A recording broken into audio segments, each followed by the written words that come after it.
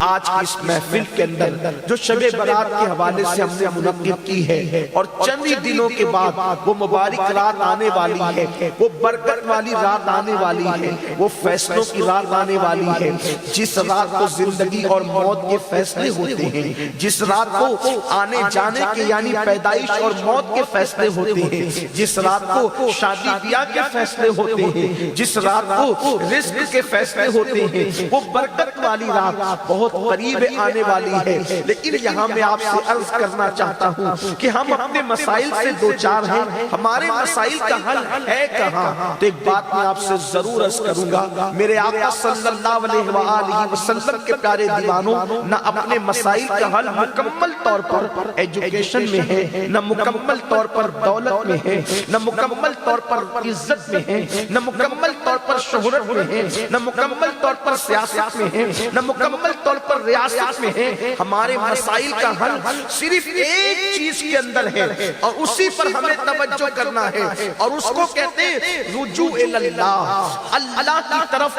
پلٹو، اللہ کی طرف رجوع کرو۔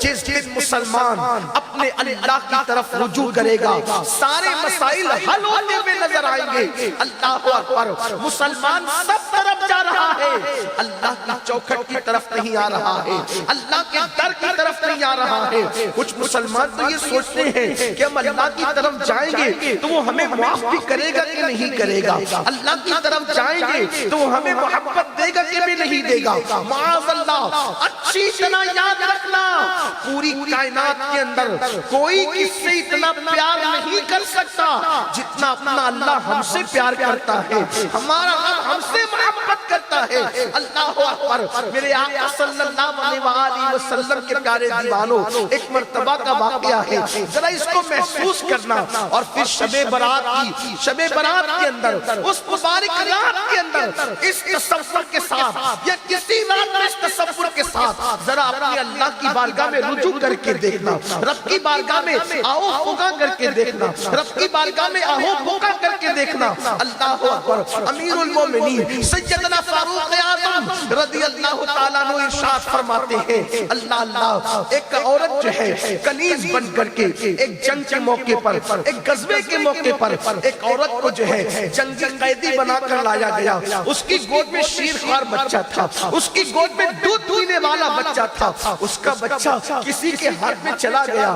اب وہ اپنے بچے کو ڈھونڈ رہی ہے، کبھی ادھر جاتی ہے، کبھی ادھر جاتی ہے۔ اللہ اکبر، کبھی کوئی بچہ نظر آتا ہے تو اس کی طرف دوڑ پڑتی ہے اور اسی کو لینے کی کوشش کرتی ہے، اسی کو سینے سے لگانے کی کوشش کرتی ہے۔ ادھر ادھر دوڑ رہی تھی، میرے آقا مصطفیٰ جان رحمت صلی اللہ علیہ وآلہ وسلم نے جب اس کا بچہ اس کے ہاتھ میں دے دیا گیا تو صحابہ کرام نے اس کی وہ تڑپ دیکھی، اس کی وہ بے چینی دیکھی۔ ذرا یہاں سے لے کے وہاں تک میرے جتنے جوان بیٹھے ہیں، اگر انہوں نے تجربہ نہیں کیا ہوگا تو وہ تجربہ کر کے دیکھ لینا، اگر گائے کا بچہ گم ہو جائے تو گائے اس کو کیسے تلاش کرتی ہے، اگر بکری کا بچہ گم ہو جائے تو بکری اسے کیسے تلاش کرتی ہے، اگر بلی کا بچہ گم ہو جائے بلی اسے کیسے تلاش کرتی ہے۔ یہ کتا، بلی، بکری، گائے جنہیں عقل نہیں ہے، ان کی ممتا کا یہ عالم ہے۔ اگر ماں اشرف المخلوقات انسان ہو تو اس کی ممتا کا عالم کیا ہوگا؟ کیسے تڑپ رہی ہوگی وہ ماں، کیسے بلک رہی ہوگی وہ ماں، کیسے گریہ وزاری کر رہی ہوگی وہ ماں جب اس کا بچہ اس کی گود میں دے دیا گیا۔ تو مصطفیٰ جان رحمت نے فرمایا، دیکھا یہ عورت اپنے بچے سے کتنا پیار کرتی ہے، کیا سمجھتے ہو کہ تمہارا اللہ تم سے کتنا پیار کرتا ہے؟ یہ ماں اپنے بچے سے جتنا پیار نہیں کرتی، اس سے بہت زیادہ اللہ اپنے بندوں سے پیار کرتا ہے، اللہ اپنے بندوں سے محبت کرتا ہے۔ میرے آقا صلی اللہ علیہ وسلم کے دیوانوں، گناہوں کے دلدل میں ڈوب کر، عیاشیوں کی راہ پر چل کر اپنے اللہ سے دور چلے جانے والوں، آؤ شعبان کے اس مبارک مہینے میں رجوع اللہ کا قصد کرو، اللہ کی طرف پلٹنے کا عہد کرو۔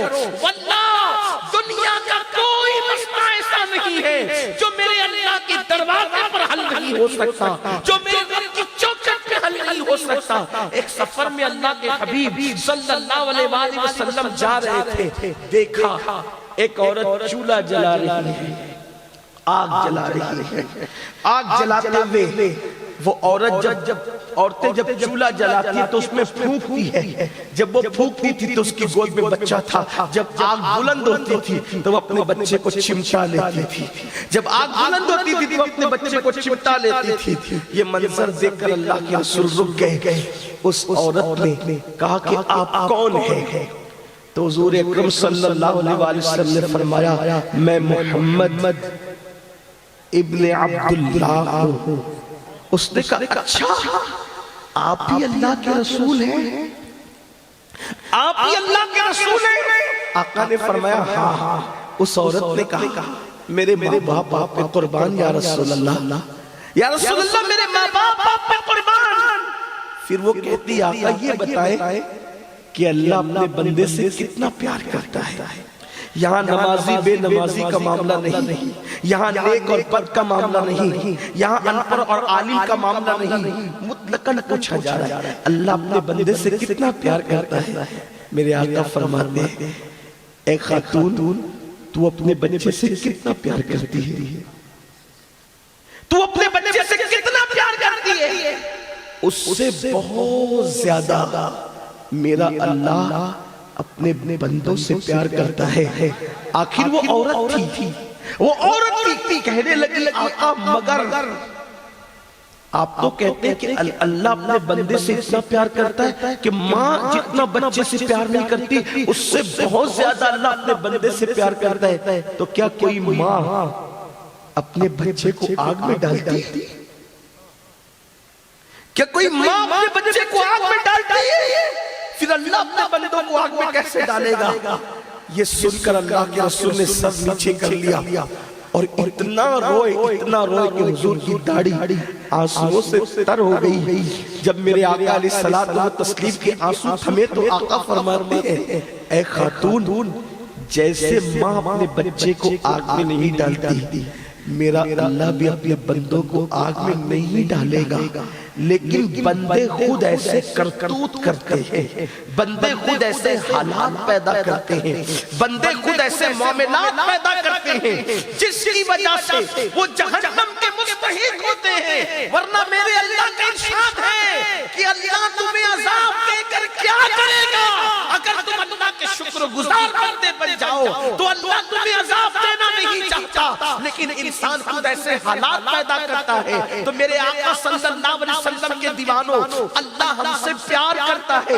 اتنا تو سوچو ایک بچہ اپنے ہاتھ سے مٹی کا گھروندا بناتا ہے, اس کو کوئی لات مار دے تو بچہ کیسے چیختا ہے. جب اپنے ہاتھ سے بچہ گھروندا بنائے تو وہ اس سے اتنا پیار کرتا ہے. تو اللہ نے اپنے بندوں کو بنایا ہے, اللہ نے اپنی مخلوق کو بنایا ہے, اللہ اپنے بندوں سے کتنا پیار کرتا ہوگا. مگر یاد رکھو ہم گناہوں کی طرف پلٹ گئے, ہم گناہوں کے دلدل میں ڈوب گئے, ہم برائیوں کے گڈھوں کو ہم نے آباد کرنا شروع کیا, اس لیے ہم اللہ سے دور ہوتے چلے گئے. ضرورت اس بات کی ہے کہ مسلمان اللہ کی طرف رجوع کریں, مسلمان اللہ کی طرف پلٹیں. بہت دور ہو گئے, کوئی شراب کے اڈے پر, کوئی زنا کے اڈے پر, کوئی میوزک کی طرف, کوئی گانے کی طرف. اللہ سے کتنا دور ہو گئے نا. اللہ اکبر. آج مسلمان کتنی سادگی سے کہتا ہے مولانا نماز کے لیے ٹائم نہیں ملتا.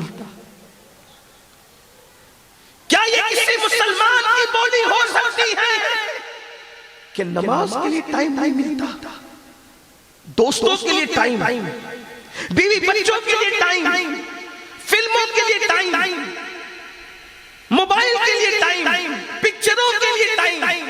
جس اللہ نے زندگی دی, جس اللہ نے وقت دیا, جس نے وقت کو پیدا کیا, جس نے ساری نعمتیں عطا کی, سب کے لیے ٹائم. اس وقت کے لیے ٹائم نہیں. سوچو تو صحیح کتنا وقت لگتا ہے وقت کی نماز میں. صرف 10 منٹ سے زیادہ ٹائم نہیں لگتا, لیکن اس کے باوجود ہم کہتے ہیں ٹائم نہیں. جو قوم اللہ کے ساتھ اتنی بے وفائی کرے, اس قدر اللہ کے فرامین کو پیٹ کے پیچھے ڈال دے, کہ وہ دوستوں کے لیے تو ٹائم نکال سکے لیکن اپنے رب کے لیے ٹائم نہیں نکال سکے. وہ قوم عزت کے ساتھ کیسے زمین پر جی سکتی ہے؟ وہ قوم وقار کے ساتھ کیسے زمین پہ جی سکتی ہے؟ اس قوم کے مسائل کا حل کیسے ہو سکتا ہے؟ آنے جانے والی حکومتوں سے ڈرنے والی اور توقعات رکھنے والوں کہ یہ مسئلہ حل کرے گا اور وہ مسئلہ حل کرے گا.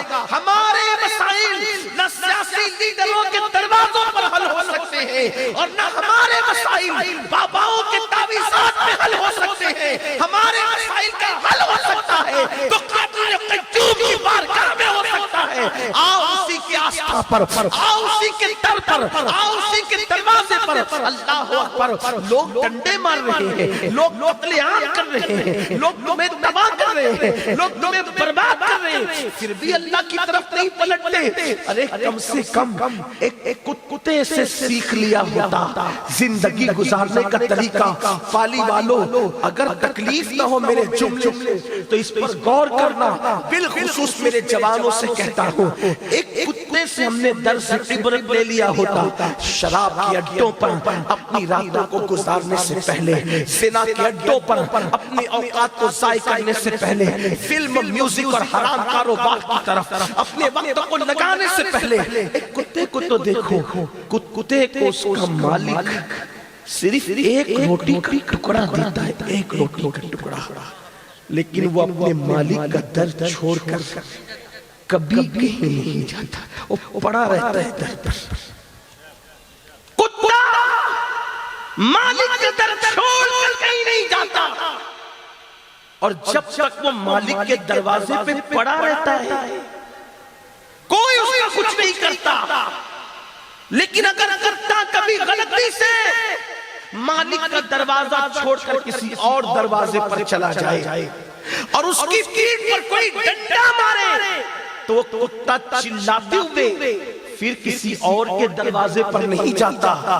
وہ مہار جب کھاتا ہے تو وہ چیخ کے چلاتے اپنے مالک کے دروازے پر پلٹ آتا ہے اور پھر اس کو ڈنڈے نہیں برستے.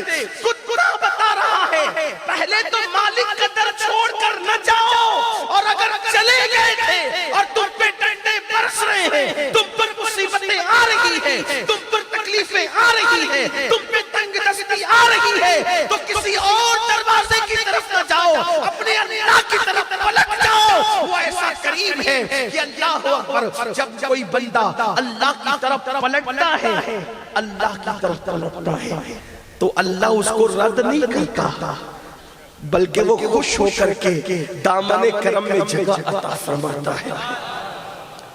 جب حدیث پاک میں آتا ہے قربان جب بندہ پلٹتا ہے، اسی پلٹنے کا نام ہے توبہ. توبہ کہتے ہیں پلٹنے کو، رجوع کرنے کو. جب کوئی پلٹتا ہے اللہ کی طرف اللہ کتنا خوش ہوتا ہے. جب کوئی پلٹتا ہے اللہ کی طرف اللہ کتنا خوش ہوتا ہے. حدیث پاک میں آتا ہے اللہ قربان جائے بندے کے پلک وہ بے نیاز ہے. کوئی اس کی طرف نہ بھی پلٹے تو اس کی شان ربوبیت میں کیا فرق پڑتا ہے، لیکن اس کی شان ہے وہ کتنی محبت کرتا ہے. جب کوئی بندہ توبہ کر کے پلٹتا ہے تو میرے آقا علیہ السلام فرماتے ہیں جیسے بغیر بے آب ہو گیا صحرا کے اندر،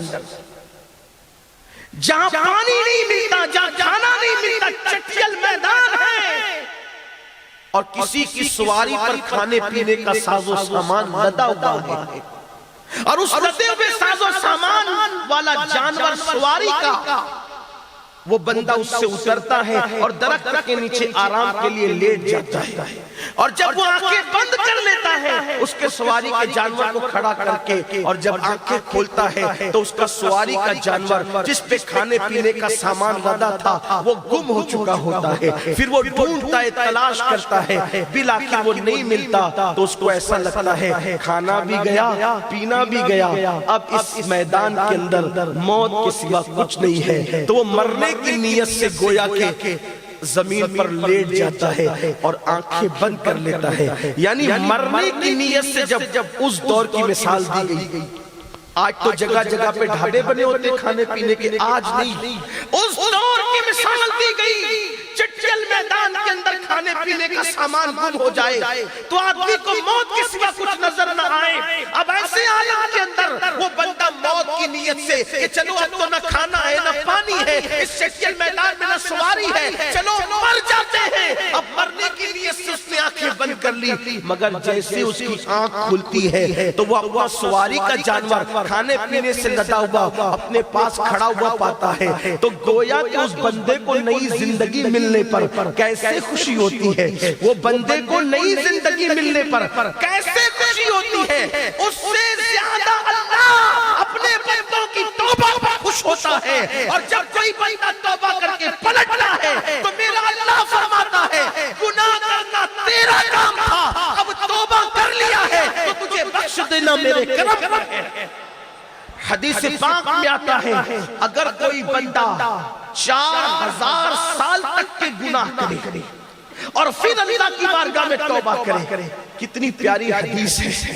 میرے آقا صلی اللہ علیہ وآلہ وسلم فرماتے ہیں جب کوئی بندہ گناہ کرتا ہے اور گناہ کرنے کے بعد توبہ کرتا ہے تو اللہ فرشتوں سے کہتا ہے فرشتوں دیکھو میرا بندہ میری بارگاہ میں توبہ کر رہا ہے, یعنی اس کا ایمان یہ ہے کہ اس کا کوئی رب ہے. قربان دے, انداز دیکھیں, رحمت کا انداز دیکھیں. شب برات کے اندر رات کو نکڑوں میں ضائع کرنے والوں, اس مبارک رات کو 15 شعبان کو کہ اس مبارک شب کو ہوٹلوں پر بیٹھ کر گھوم پھر کر سو کر اپنے وقت کو ضائع کرنے والوں سنو, اللہ کے حبیب صلی اللہ علیہ وسلم فرماتے ہیں کہ شب برات کی خصوصیت یہ ہے کہ جیسے ہی 14ویں کا سورج غروب ہوتا ہے اور 15ویں کا چاند طلوع ہوتا ہے تو اللہ اپنے بندوں سے کہتا ہے کوئی میرا بندہ مجھ سے روزی کا سوال کرنے والا تاکہ میں اس کو روزی عطا کروں, ہے کوئی مجھ سے اولاد مانگنے والا تاکہ میں اس کو اولاد عطا کروں, ہے کوئی مجھ سے گناہ سے مغفرت طلب کرنے والا تاکہ میں اس کو معاف کر دوں, روزی کے لیے در در بھٹکنے والوں. کتنی مبارک رات آ رہی ہے, اس رات کو ضائع نہ کرنا, اس رات میں اللہ کی بارگاہ میں گڑ گڑانا ہے, اس رات میں اللہ رب العزت کو راضی کرنا ہے. بلکہ میرے آقا علیہ الصلوۃ والتسلیم تو فرماتے ہیں کہ لوگ شادی کا پلان کر رہے ہوتے ہیں اور شب برات میں ان کی موت لکھی جا رہی ہوتی ہے. لوگ جو وہ درخت لگانے کی بات کر رہے ہوتے ہیں اور ان کی موت لکھی جا رہی ہوتی ہے. لوگ کاروبار کے پلان کر رہے ہوتے ہیں, لوگ مکانات کی تیاریاں کر رہے ہوتے ہیں اور شب برات میں ان کی موت لکھی جا رہی ہوتی ہے. شب برات اللہ اکبر موت لکھی جا رہی ہوتی ہے انسان کی, اور انسان غفلتوں میں کھویا ہوا ہوتا ہے. آقا کریم صلی اللہ علیہ وآلہ وسلم کے غلاموں, میرا کریم توبہ کرنے والے بندوں کو کس طریقے سے نوازتا ہے. فرماتے ہیں دیکھو فرشتوں یہ میری بارگاہ میں توبہ کر رہا ہے, اس کا مطلب اس کا ایمان ہے, یقین ہے کہ اس کا کوئی رب ہے اور وہ رب اس کو معاف کرنے والا ہے. تم گواہ رہنا میں نے اس کی مغفرت فرما دی. پھر حدیث پاک میں آتا ہے اللہ تبارک و تعالیٰ اس کو معاف کر دیتا ہے, پھر وہ کچھ دن تک گناہ سے رکا رہتا ہے, پھر وہ گناہ کرتا ہے. ایک بات یاد رکھنا, اگر آپ یہ سوچتے ہوں گے نا, یہ سوچتے ہوں گے اگر آپ کے ذہن و دماغ کے اندر یہ خیال آتا ہوگا یار ہم نے توبہ کر لی, اب پھر ہم سے گناہ ہو گیا, اب کیا کریں, اب کیا کریں. میرے آقا نے اس کا کتنا خوبصورت حل پیش فرمایا. فرمایا بندہ توبہ کرتا ہے, پھر گناہ سے رکا رہتا ہے, پھر اس سے گناہ ہو جاتا ہے, یعنی وہ گناہ کرتا نہیں ہے, اس سے گناہ ہو جاتا ہے. آقا فرماتے ہیں پھر بندہ کہتا ہے اے اللہ مجھے معاف کر دے. اللہ پھر فرشتوں سے کہتا ہے دیکھو پھر توبہ کر رہا ہے, اس کا مطلب اس کا یقین ہے کہ اس کا کوئی رب ہے اور معاف کرنے والا ہے, میں نے اس کو معاف کر دیا.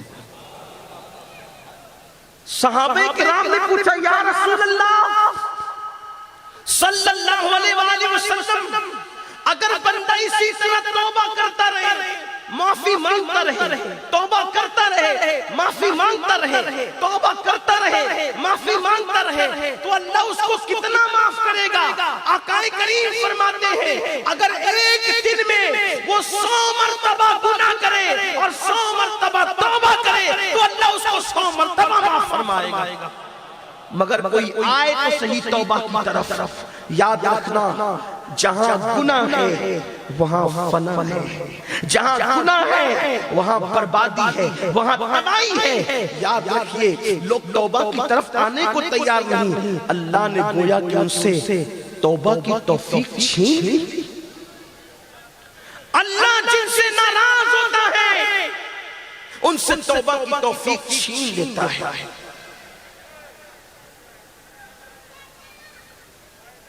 میں آپ لوگ کی محبتوں کا بڑا شکریہ ادا کرتا ہوں، لیکن میں آپ کے سامنے اللہ رسول کا فرمان پیش کر رہا ہوں۔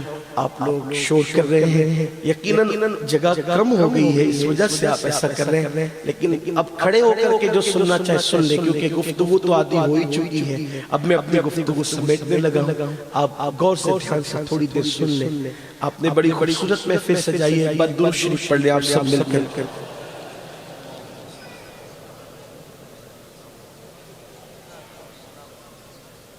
اللہم صلی علی سیدنا و مولانا محمد ماتن الجود والکرم وآلہ الکرام اجمعین۔ صلاۃ و سلام علیک یا رسول۔